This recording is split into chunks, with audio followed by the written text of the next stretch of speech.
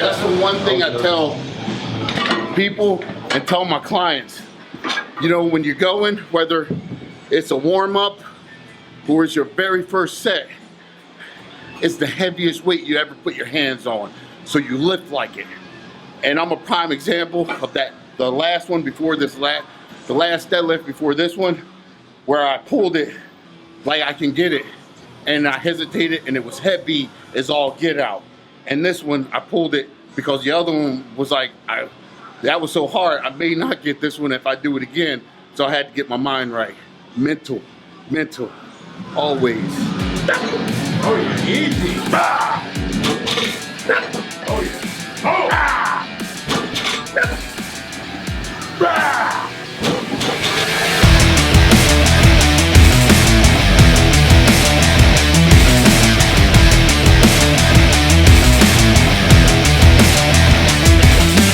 Well, Johnny, you know, being a veteran here, he's a good established warm-up routine. So, and what he's doing right here would be more than I would typically advocate. Talked about warm-up before. Thing is, though, he hasn't been deadlifting a lot, so these reps can be beneficial because he's just dialing in that motor pattern. Because, you know, think about it, how do you get more volume in your training without just going like, you know, crazy and just being mindless? And one of the ways is through warm-up sets. So when, you know, if he's going, you know, 8 reps instead of what I only do 4 reps. We didn't do any kind of dynamic warm prior to this too, because it's kind of raining and stuff outside. You get a few more reps in, just dial that motor pattern over and over and over. It's like each time we do it, we're burning a little more in.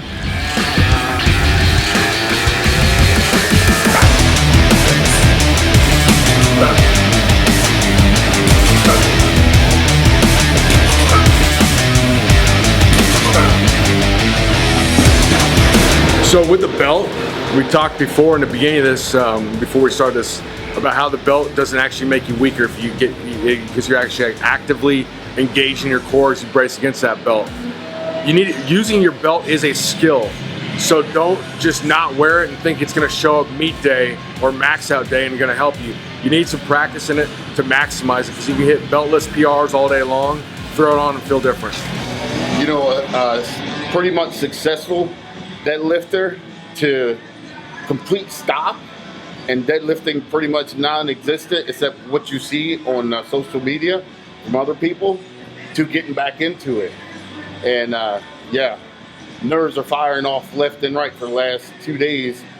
Just being nervous about what can I do now? You know, can I get back to what I was, you know? So it's nerve-wracking, but exciting nervousness for sure. There we go. Come on. Yep, come on. Oh, yeah. First one was shit. Yeah, work on my first one. Yeah, I gotta. Each one that was the same thing. Each one I pulled, I thought that after. The second one's pretty good. The second one was, yeah, where I was supposed to be on the first one.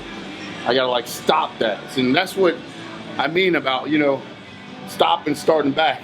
Never you think you have anything down pat or you're perfect at anything, especially when it comes to the deadlift. You know, maybe while it's light you can muscle it up, but when the weight starts coming on, you gotta have correct form, you gotta use leverage. You know, everything's gotta be for you, not against you. You gotta be speed kills. You gotta get the momentum going up and try to reach the top before the gravity and momentum starts shifting back down on you.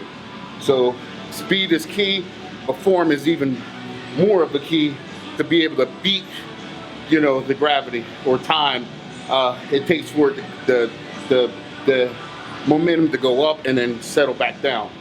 So big learning curve today.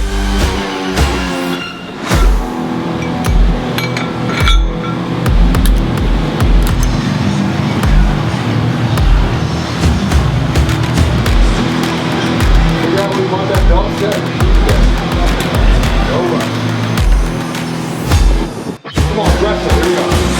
Here we go. Come on. Just getting started. Here we go. Here we go. Come on. Yeah. Yeah. Come on. All day. Let's go. Oh, easy.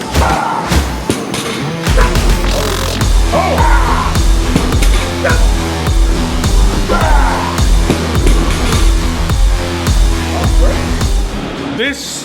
is solidifying 700. I can already see he's gotten better from from missing that 585. I guarantee you we can do 585 for 3. We're not going to do that today because 705, 8 weeks from now, is the only objective. We're like a monk on a mission. This is a monastery, and we're meditating, taking this in. It's a beautiful thing. Because that first one, dude, moved so much better than the. Because I focus. I like, I don't even know how to explain it. Pulled it like I couldn't get it. Yeah. That's how I did it. The other one, I pulled it like I can get it, and then that's what happened. You know, we're not like professional cinema producers, so if he missed that, I don't know what the hell we take this serious, so he better get it. All right, so now what we're gonna do is speed set. So this is the objective here, this is what's gonna build your technique, you know, force, mass times acceleration. So you're gonna get more out of these than you are going with a heavy weight. Every single rep, you know, perfect tight technique, perfect tightness, perfect tension. Explode as hard as you can, maintaining perfect technique. So you think about that over the course of, you know, just a few weeks, if you get maximum force to every rep. I mean, we're gonna do 6 sets of 3 with a 60-second break. Imagine that.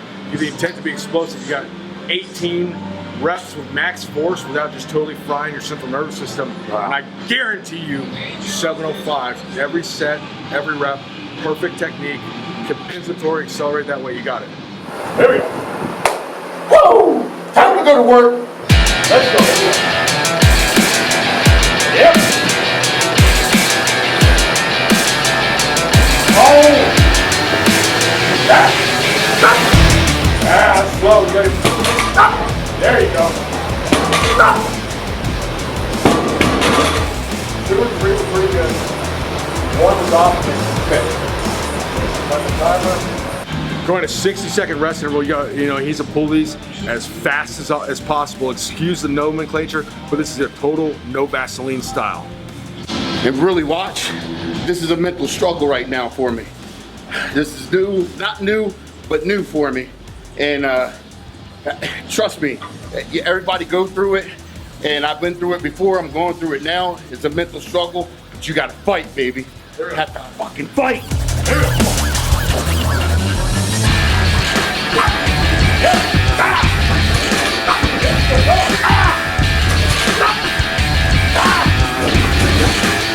Woo, baby!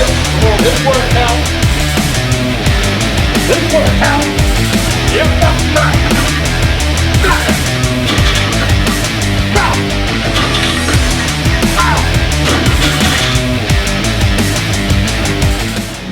Perfect. Look better. He looked better and better and better. Struggle is real, but so am I. Make sure you pay attention.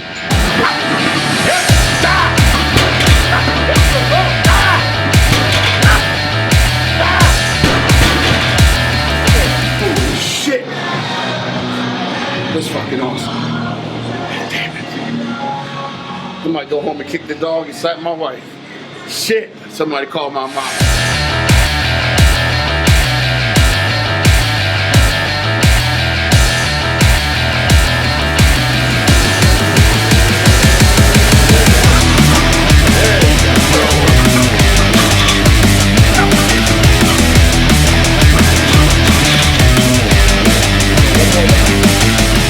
Yeah, so we want to get these deficit deadlifts. We can do them a lot higher and, you know, make a cool Instagram story or something, but we're gonna do it the right way. Just give about an inch right there. And these paid huge dividends for Johnny before, helped them build a lot of leg drive because the upper back stuff's real strong right now. His lockout's really good, but it's gonna build that starting power off of the floor. 12 reps. There you go. Make the movement hard, extend hard and hold it. There you go, good.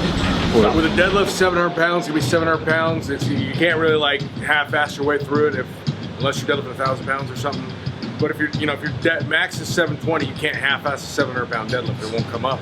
With the pull-throughs here, to maximize it, what we're doing here is you see Johnny did a good job of making a hinge pattern there. He's pushing his ass back in a good stretch and forcefully shooting his hips through, then squeezing his arse right as he comes through. Boom, okay, squeezing it. Not trying to hyperextend his back. He's squeezing his butt to lock his hips in right there. So he's making the movement harder to maximize the benefits, and that's what you need to do if you're gonna do it. There you go. Yeah, for sure. After doing the deadlift there, and getting that, you know, a great amount of blood pushed in your back. This feels really, really, really good, getting it to flow in and out of the muscle, you know? So doing this after has more benefits than one. For one, help you flush out the blood that's stuck in there. And number two, just makes the lockout better and stronger. This is lower impact on Johnny's back than a kettlebell swing would be, and it's also a heavy kettlebell swing at that. Also, you know, all these movements are stuff you can do in a commercial gym. So if you're at a, you know, you don't have to be at like a world famous, like legendary gym to do this kind of work. Also, if you're training in your garage, you don't have very much. Just you can do this with a band. I mean, just instead of using a cable, tie up a band, do it that way. You get a lot out of it still.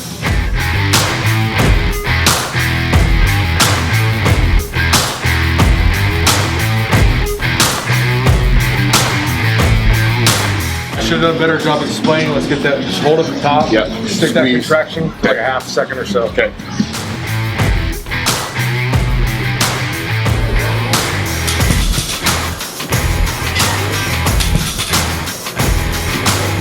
Littles ab isolator, but instead we're going to build our core with some suitcase deadlifts to get the byproduct of the grip too. So not only it's going to be, you know, taxing on your overall core development, it's also be your grip. So you got, if you don't wear straps on this, like, yes, we could get heavy enough for grip would like you could wear straps. I don't want to do that.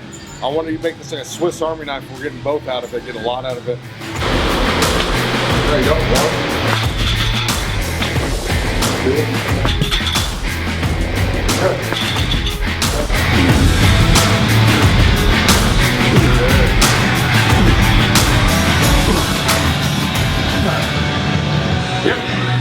Hey, Josh, Bryant and Johnnie Jackson. We're coming here from Hurst, Texas at JOJ Fitness.